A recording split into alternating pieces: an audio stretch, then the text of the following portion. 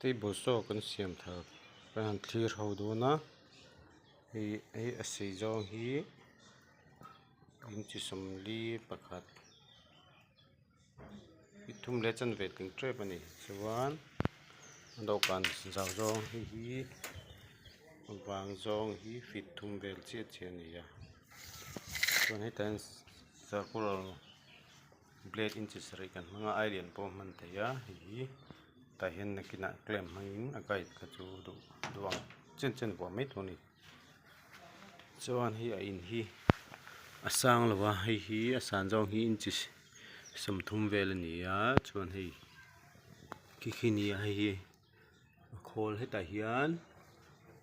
3 phase 2 HP kan hmanga chuan heta a hnuai a hianin hei motor jam hi up down nan kan hmanga samte in hi chuan hi motor quality tha lo kan hmanga rawat company siam quality po ai tung mo chuan 1440 rpm ania 1.5 kilowatt 3 phase ta a chuan heta hianin a shaft hi da te an tia shaft mi hi 7 inches alian tha kan hmanga hitan circular blade hi up down thei chuan hela hian hi kopja kan hmu kopja hian hemi in a hi up down khan ati che theia kopja hi lian pahnih kan hmanga heta hian kopja hi hela hian a phei ve kan kopja lian pahnih kan hmanga a veng hne khop mai chuan hi a switch kan ti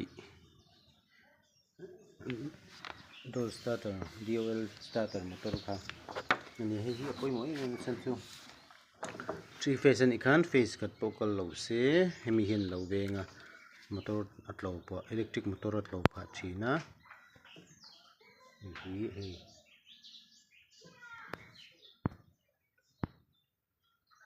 motor starter khan tani thun heta hianin hi a khawl lama motor puli mi hi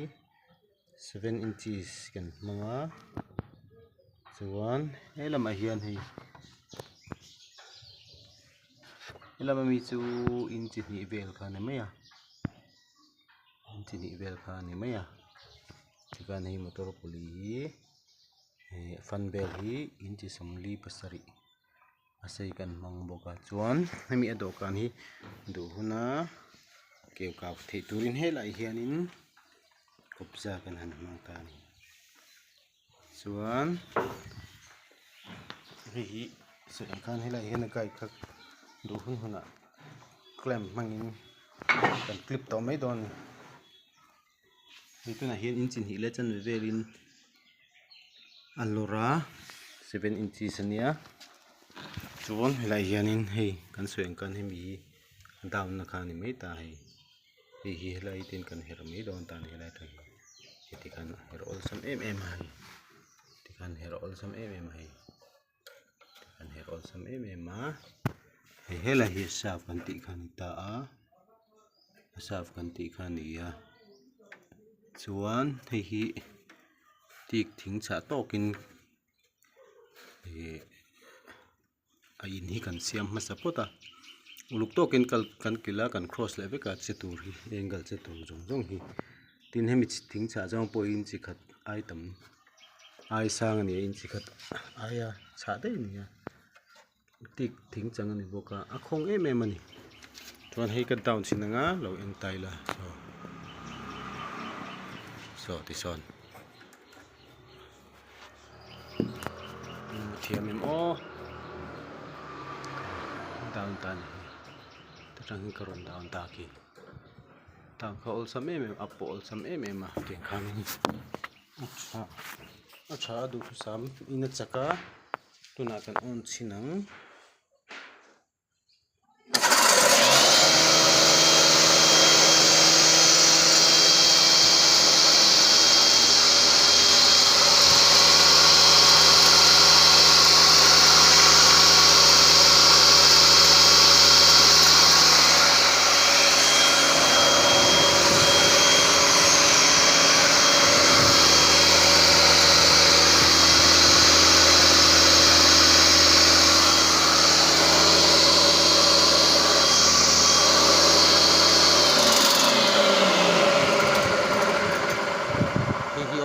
hi on na ni me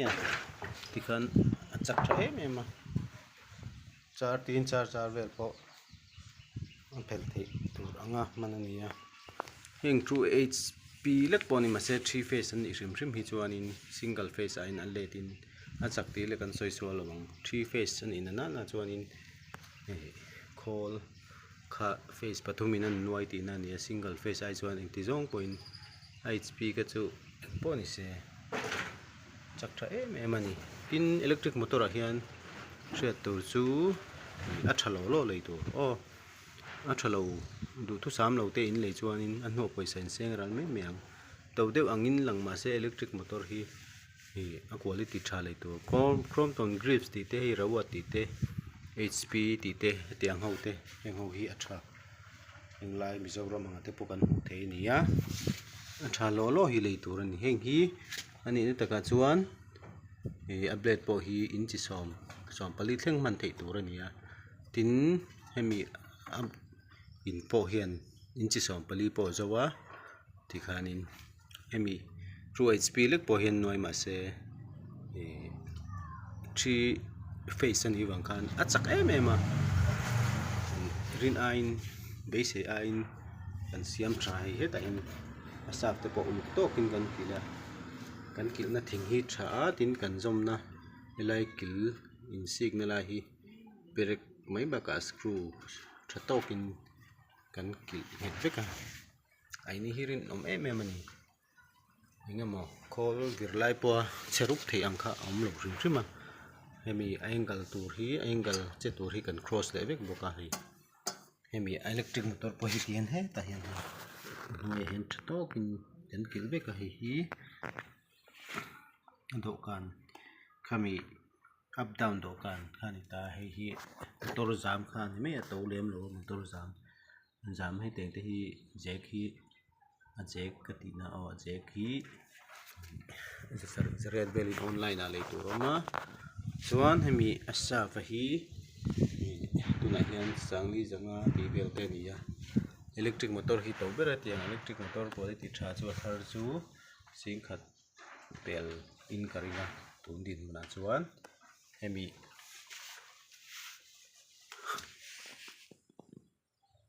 starter hi apoi mo boka 3 phase sa po single phase sa po man ram thei chu a tha em ani chan chu electric motor dik kha hi